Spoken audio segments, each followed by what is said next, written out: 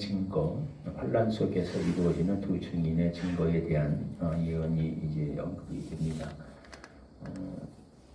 오늘 본문에도 다양한 숫자들이 나오는데 말씀드렸던 것처럼 계시록의 숫자들은 다 어떤 상징적인 그런 의미를 가지고 있습니다. 실제로 물리적으로 딱 그 기간이라고 의미한다기보다는 성경에서 의미하는 특별히 구약에서 이미 언급되었던 그런 어떤 상징들을 배경에 둔 숫자들인 거죠.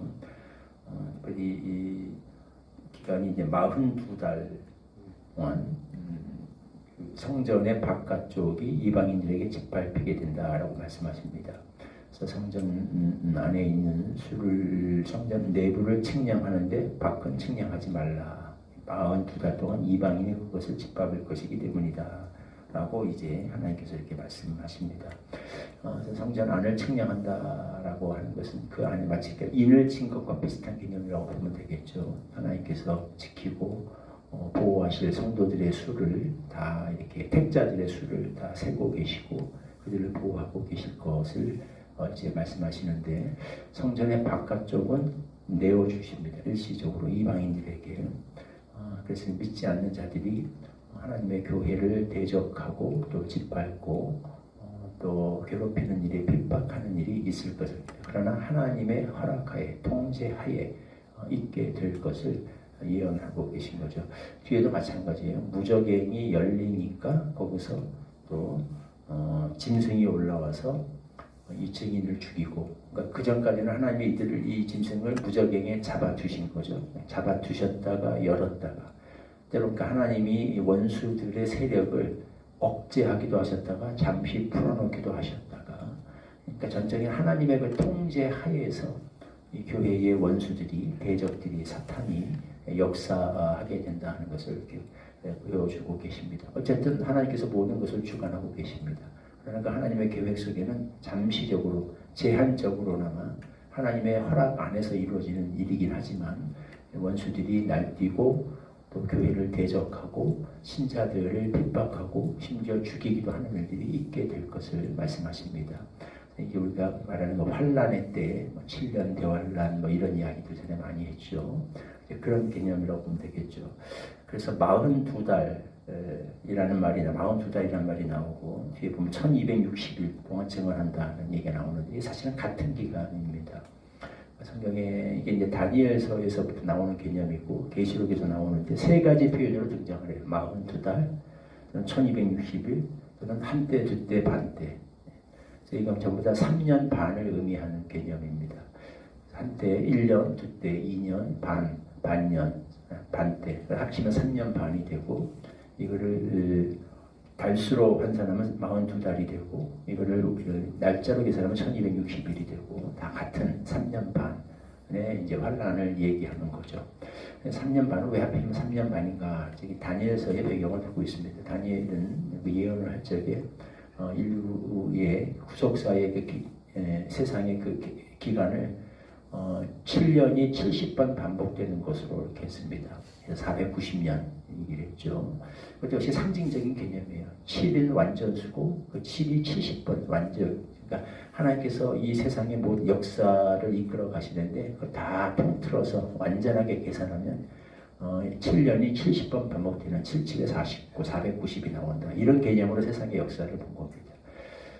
그래서 그 중에 가장 마지막 때면은 마지막 7년이 되겠죠. 그 7년의 절반 가량은 교회가 극심한 하나님의 백성이 극심한 환란의 때를 지나게 되는 때가 될 것이다. 그래서 왜 굳이 하나님께서 이렇게 하시는가? 우리가 얘기했습니다. 이 기간 동안에 이걸 통해서 원수들을 한편으로 심판하기도 하시고 이 극심한 환란을 통해서 믿지 않는 자들이 좀 마음이 가난해져서 복음을 영접할 수 있는 그런 일도 하시고 또 이 환란을 통해서 결국 교회를 재련하셔서 그 안에 왜냐하면 알고만 있는 게 아니라 가라지도 있단 말이에요. 가라지들을 속아내고 누가 진짜 참 신자인지 누가 정말 진정한 예수님 가신 그 길, 예수님이 십자가의 길을 가셨거든요. 오늘 본문에도 나옵니다. 이 두 증인이 결국 죽는데 왜 죽어야 되냐면 그 자리가 예수님께서 십자가에 못 박아 죽인 자리라고 나와요. 상징적인 의미지만 결국 왜냐하면 주님 가신 길이 주님이 종착지가 거기란 말이에요. 정말 예수님을 따라가면 어디로 가느냐? 화려한 스테이지로 올라가는 게 아니라 골고다로 가게 돼 있습니다. 그게 정말 예수님을 따르는 사람이에요. 그래서 내가 열심히 따라갔는데 마지막에 도착한 장소가 화려한 무대가 아니라 골고다 언덕이라는 걸 깨달았을 때 두 가지 반응이 나타나겠죠. 이거 아닌데, 나 이러려고 온 거 아닌데, 그게 갈라지죠. 정말 내가 주님을 제대로 따랐구나 라고 기꺼이 이것을 감당하는 사람 알고 계시죠. 이런 일들이 일어나게 이런 작업들을 하신단 말이에요. 그래서 어떤 3년, 그러나 전체적으로 그래서 이게 참 어려운 시간이 될 건데, 그러나 전체 기간에 70 곱하기 490 중에 3.5 사실 미미한 거죠. 잠깐입니다.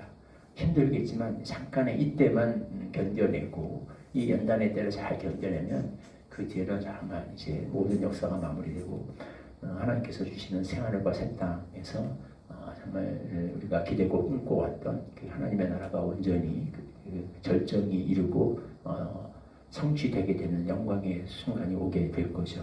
그래서 어쨌든 그 기간 잠깐 한때 둘때 반때 3.5에 490 중에 3.5의 기간 3년 반 동안은 이런 환난의 때가 될 것이다 라고 말씀하셔요. 그래서 우리가 지금 계속 말씀했습니다. 여러 차례 얘기했습니다. 계시록에 나오는 여러 그 환상 뭐 일곱인, 일곱 대적, 일곱 나팔 뭐 이런 것들은 사실은 같은 시나리오를 지금 다양한 방식으로 표현하고 있다. 그래서 여러분 한 얘기죠. 계속 그 환란의 때가 될 거다라는 얘기를 계속 반복해서 다른 표현으로, 다른 환상으로 보여주고 계신데 오늘 말씀 가운데는 특별히 이 환란의 때에 하나님께서 이루시는 그 아까 제가 말씀드렸던 그 일 중에서 특별히 이 증인을 통한 역사가 강조되고 있죠. 그러니까 이거는 뭐 교회도 그렇습니다. 재련하고 또 다 얘기하지만 어쨌든 중요한 거는 그냥 막 고통스럽고 힘들게 그냥 버티면서 조금만 참자, 조금만 참으면 뭐 이때가 지나가겠지 라고 그냥 이 악물고 버티는 그런 순간이라기보다는 이 속에서 또 하나님께서 세우시는 굉장히 중요한 일이 있습니다. 증인들을 세우셔요. 이때 하나님이 택하신 이때 두 증인도 상징적인 존재죠. 그래서 뭐 모세와 엘리야를 나타낸다. 뭐 이렇게 그와 같은 그런 상징적인 인물들을 나타낸다라고 얘기를 하는데 정확히 이 둘이 뭐 누군지는 모릅니다. 이거 너무 지나치게 또 이게 누구다라고 뭐 해석하게 되면 우리가 이상한 해석에 빠질 수 있겠죠. 어쨌든 하나님이 세우시는 그런 증인들이 나와서 이때 증언을 하게 되는데 이들을 통해서 놀라운 역사가 일어나게 된다는 거예요. 그래서 그 환란, 그 극심한 환란에도 완악한 마음 때문에 회개하지 않던 그런 사람들이 이 환란과 더불어서 나타나는 이 증인들의 그 증거 앞에서 그 복음을 영접하고 주께로 돌아오게 되는 놀라운 일들이 있게 될 것이다 라고 이렇게 말씀하십니다. 그러니까 이것은 환란의 때지만 그 환란은 그냥 이 악물고 조금만 참으면 이 고통스럽고 비참한 때가 지나가겠지 라고 자꾸 그렇게 수동적으로만 당황하기만 하는 그런 때가 아니라 이 속에서 적극적으로 또 놀라운 하나님의 역사가 일어나고 복음이 드러나고 정말 참 신앙이라는 것이 무엇인가 라는 것이 나타나고 진짜 신앙을 가진 사람들의 그 삶이라는 것이 도대체 무엇인가 라는 것을 세상에 드러나게 하셔서 그 앞에서 사람들이 놀라고 깨닫고 경외감을 갖고 돌이켜서 주께로 돌아오게 되는 이런 역사들이 있게 될 거라고 하는 겁니다. 어두운 핍박의 때이기도 하지만 놀라운 증거의 때이기도 하다라는 말씀을 하십니다. 환난의 때는 너무 우리가 두려움과 걱정과 염려를 가지고서 기다리는 것이 아니라 오히려 이런 적극적인 다른 한편으로는 기대와 또 믿음과 소망을 가지고 견뎌내야 되는 때이기도 하죠. 꼭 우리가 뭐 7년 개발한 뭐 3년 반 뭐 이런 얘기를 하지 않더라도 실제 우리가 신앙생활 속에서도 뭐 종말의 때뿐만 아니라 실제 생활 속에서 이것을 우리가 많이 체험할 수 있습니다. 언제 복음이 전파되는가라고 볼 적에 결국 이게 세상과 아무런 뭐 충돌도 없이 접점도 없이 그냥 좋게 이렇게 쭉 흐름에 편승해서 가면 사실은 전도가 잘 안 일어나요. 어떤 점에서. 그러나 뭔가 가치관과 이 세속적인 가치관과 성경적인 가치관 이런 것이 부딪힐 때 충돌할 때 한편으로는 힘들지만 사실은 거기서 뭔가 역사가 일어나죠. 역사가 일어납니다.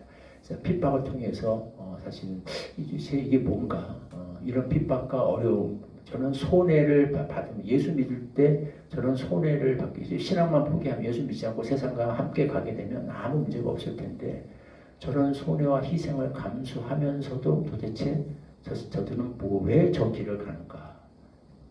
무엇 때문에 저 고통스럽고 힘든 길을 손해보는 길을 가려고 하는가? 라는 것이 드러나게 될 때 사실은 사람들이 그 속에서 문제의식을 갖게 되죠.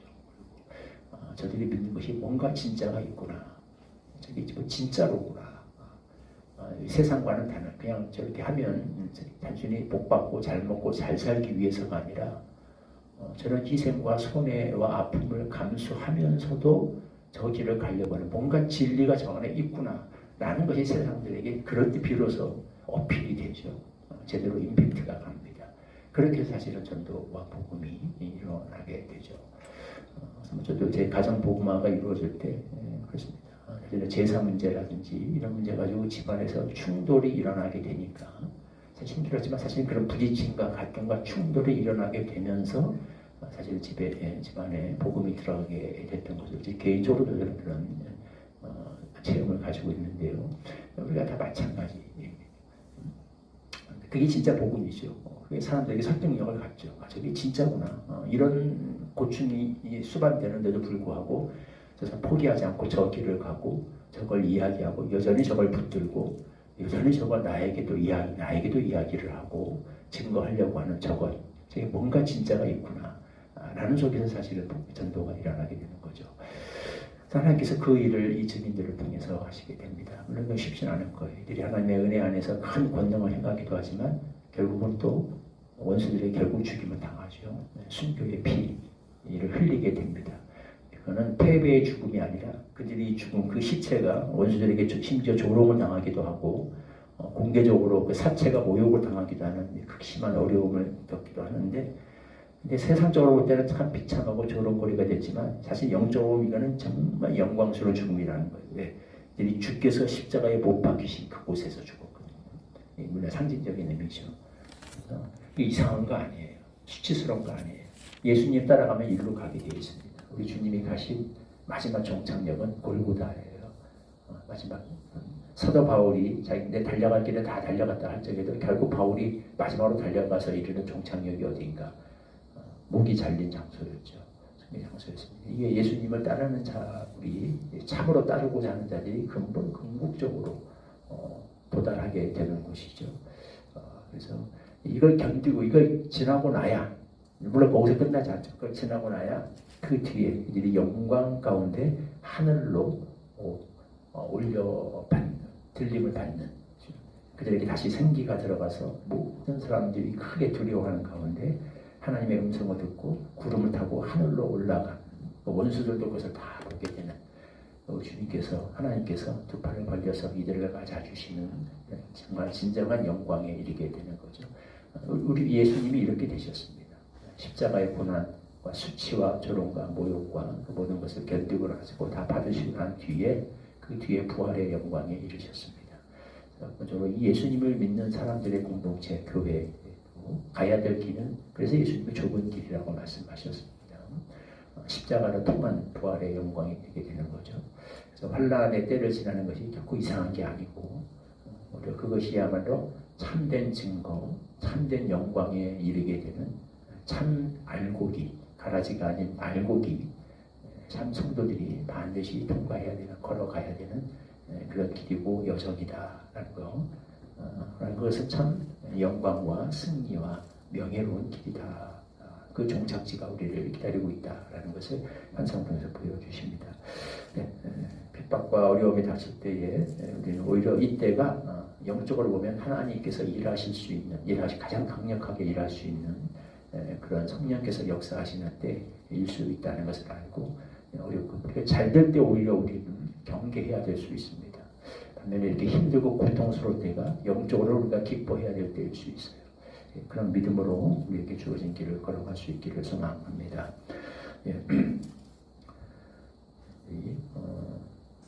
12절 말씀 같이 한 목소리로 듣겠습니다. 시작. 하늘로부터 큰 음성이 있어 이리로 올라오람을 그들이 듣고 구름을 타고 하늘로 올라가니 그들의 원수들도 구경하더라. 하나님 3년 반의 큰 환란 속에서 원수들이 교회를 핍박하는 일이 있을 것을 주님께서 환상 가운데 보여주셨습니다. 그러나 그 속에서 하나님께서 세우신 증인들을 통하여 놀라운 성령의 역사, 전도의 역사, 복음 전파의 증거의 역사가 일어날 것을 또한 말씀하셨습니다. 그 증인들이 결국은 원수들의 손에 죽임을 당하고 조롱을 당할 것이나 그 장소는 오욕과 수치의 장소가 아니라 우리 주님께서 십자가에 달려 죽으셨던 바로 그 영광의 장소이고 주님 가신 길을 정말 제대로 따른 자가 마땅히 도착해야 될 장소임을 보여주셨습니다. 우리 주님께서 그 뒤에 그러셨던 것처럼 이들도 그 영광 중에 하나님의 음성을 듣고 친히 하늘로 올려 들림받게 될 것을 보여주셨습니다. 하나님 종말의 때가 될 때 우리가 반드시 대면해야 될, 통과해야 될 어려운 도전의 시기가 있음을 이상히 여기지 말고 잘 우리가 믿음으로 맞이할 수 있게 하여 주시옵소서. 이것이 주님 가신 그 길을 따르는 우리들이 참으로 반드시 믿음으로 통과해야 될 길인 것을 알게 하여 주시고 오히려 이 속에서 적극적으로 하나님께서 이루시는 놀라운 구원의 역사, 전도의 역사가 일어날 수 있음을 생각하면서 믿음으로 이 길을 잘 걸어갈 수 있게 하여 주시고 그래서 우리 주님이 그러셨던 것처럼 믿음의 선진들이 그렸고 본문 속에 두 증인이 그랬던 것처럼 우리가 십자가의 고난을 통해 부활의 영원한 진정한 영광에 이르는 그런 복된 성도들이 되게 하여 주옵소서. 예수님의 이름으로 기도하옵나이다. 아멘. 499장 찬송 1절 하시고 주님 가르쳐주신 기도 함께 기도하겠습니다. 흑암에 사는 백성들을